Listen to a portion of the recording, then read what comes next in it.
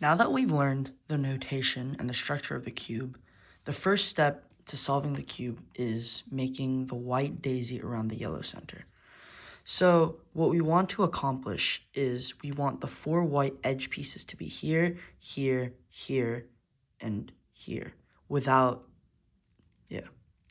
So what we want to do is move these white pieces here up to here. So in this case, we already have one done.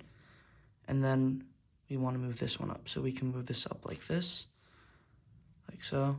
Then we want these two. So this one we can move into the side like here, because if we do this way, then it won't be in. So we move it to the side so the white is facing in the right direction.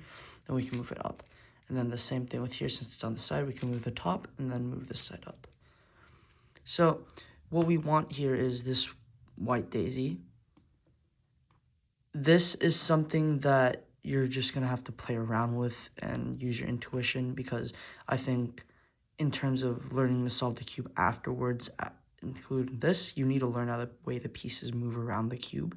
So I think for this step, like I gave you an example, but just keep practicing it and try and figure out new ways to get white pieces from wherever they are on the cube to the top without messing up the others.